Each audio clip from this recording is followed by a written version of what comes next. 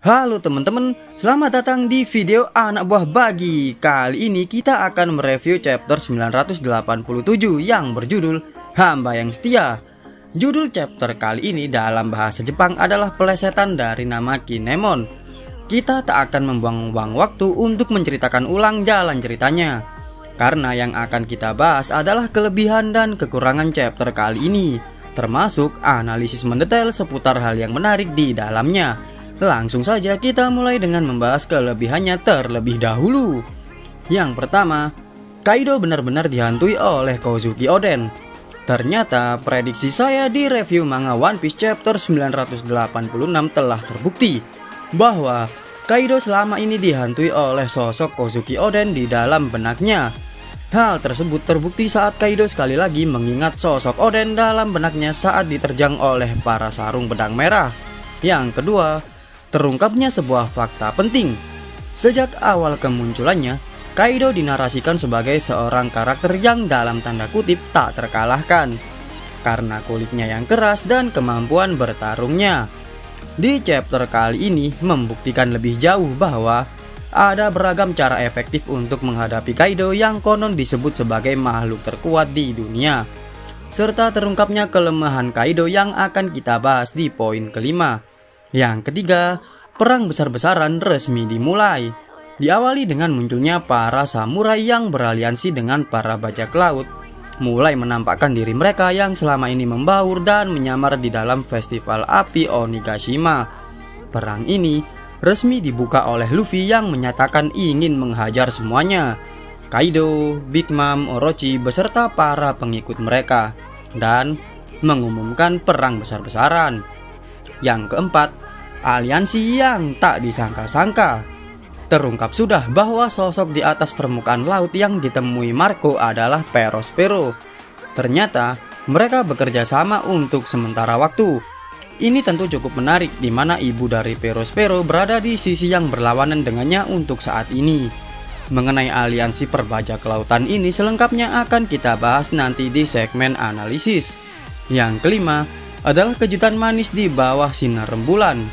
Di chapter kali ini terungkap bahwa kelemahan Kaido adalah tidak bisa bertarung dalam wujud naganya di dalam kubah tengkorak, karena suatu hal yang akan kita bahas di segmen analisis. Di malam yang bersalju dengan sinar rembulan yang terang benderang tanpa sedikit pun awan, suku Ming siap menerjang Kaido dengan wujud sulong mereka. Itulah kelebihan yang terdapat pada chapter kali ini. Satu-satunya kekurangan pada chapter kali ini adalah tulisan horor minggu depan libur, di saat alur cerita lagi seru-serunya. Itulah kelebihan dan kekurangan pada chapter kali ini. Selanjutnya, kita akan membahas dan menganalisa berbagai fakta dan detail yang menarik pada chapter 987 ini. Di akhir chapter sebelumnya, kita telah disuguhi adegan di mana Kaido terbayang sejenak oleh sosok Oden. Nah, ternyata prediksi saya tentang Kaido yang dihantui oleh bayang-bayang Kozuki Oden selama 20 tahun terakhir ternyata benar. Di serial One Piece, ini untuk kesekian kalinya dipertunjukkan bahwa sebuah bekas luka bisa menjadi penanda serius tentang hal yang terjadi di masa lalu. Hal serupa bisa kita dapati saat Shanks menunjukkan luka bekas cakar di mata kirinya kepada Shirohige saat membahas Stitch. Lalu, saat Luffy merasakan rasa sakit di bekas lukanya saat Jinbe membahas mengenai Akainu. Karena bekas luka yang terasa sakit bisa menjadi satu hal yang memotivasi sebuah karakter untuk membalikkan keadaan dan bayang-bayang masa lalu yang menghantui selama ini. Sekarang, Kaido telah memahami penuh kekhawatiran berlebih yang dialami oleh Orochi dan segala situasi yang terjadi semenjak di arc Pang Hazard hingga saat ini. Para samurai pengikut Oden dan para aliansinya untuk sementara ini unggul karena unsur serangan kejutan yang sukses. Akan tetapi, tidak menutup kemungkinan kedepannya keunggulan tersebut berbalik saat Kaido dan para sekutunya telah memegang kendali atas situasi tersebut. Akan tetapi, gertakan Kaido terhadap para sarung pedang merah di sini mengandung beberapa unsur yang ambigu. Kaido mencoba melemahkan semangat juang para sarung pedang merah dengan mengatakan bahwa kerjasama dengan bajak laut adalah hal yang tidak menguntungkan. di mana para bajak laut biasanya mengambil keuntungan pribadi dan tak peduli terhadap hal yang lainnya, termasuk sekutunya sendiri. Di satu sisi, gertakan tersebut hanyalah gertak sambal yang takkan berimbas apapun kepada sarung pedang merah. Karena sifat dan kepribadian Luffy sebagai karakter utama berperan penting menjadi hal yang meneguhkan semangat dan keyakinan para sarung pedang merah. Hal inspiratif seperti ini justru menjadi hal yang lumrah dijumpai di serial shonen, di mana tokoh utamanya biasanya sangat inspiratif dan dapat dipercaya dan ditakdirkan menjadi orang yang hebat ke depannya. Di sisi yang lain, gertakan tersebut menyajikan realita yang tak terelakkan, karena persekutuan antar bajak laut bukanlah demi mencapai tujuan bersama, melainkan untuk tujuan pribadi atau kelompok masing-masing. Hal tersebut menjadi pengingat bagi kita sebagai pembaca One Piece. Bajak laut yang sebenarnya bukanlah sekelompok orang yang baik, kecuali Luffy dan para bajak laut lainnya yang berperan sebagai protagonis dalam serial ini. Contoh nyata yang bisa menjadi bukti atas hal ini adalah Marco dan Perospero yang bekerja sama untuk sementara waktu. Padahal sebelumnya mereka adalah pihak yang berlawanan. Sekarang Perospero berada di pihak yang berseberangan dengan ibunya yang bersekutu dengan Kaido. Hal tersebut terjadi karena masing-masing pihak yang terlibat di dalam perang kali ini memiliki pandangan, keinginan, dan tujuan yang beragam antara satu dengan yang lainnya. Kakek Hyogoro pun sempat kaget mendengar tujuan ambisius Luffy yang ingin menghajar semua karakter antagonis yang ada di Wano. Pada dasarnya, chapter ini menjadi pengingat manis bagi kita tentang keunikan yang dimiliki serial One Piece, di mana sistem baik dan jahat tidak punya takaran yang begitu jelas bagi karakternya, karena semua karakter memiliki tujuan dan kepribadian yang sangat beragam. Di chapter kali ini, anaknya sapi gorila memanggil Luffy dengan namanya. Hei, mereka semakin akrab di sini. Mari galakkan tagar Yamato Next Nakama. Siapa tahu aspirasi kita tertangkap oleh timnya Oda, lalu permintaan kita supaya Yamato menjadi kru topi jerami dikabulkan. Nggak ada salahnya untuk berharap kan?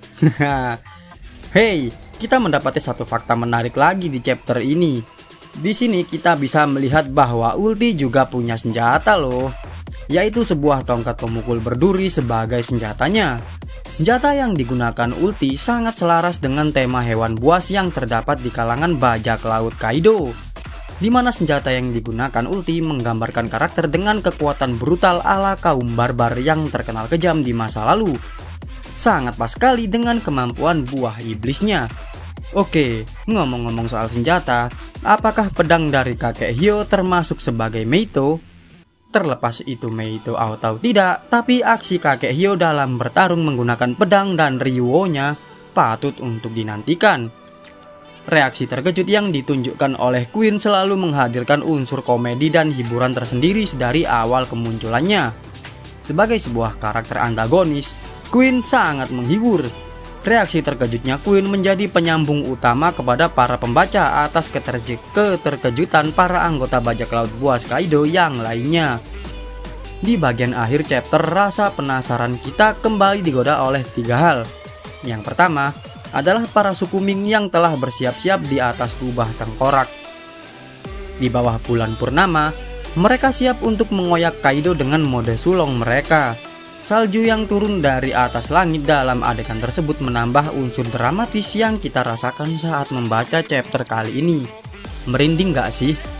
Yang kedua adalah mengapa Kaido tak mampu bertarung di wujud naganya saat berada di bawah tengkorak Onigashima?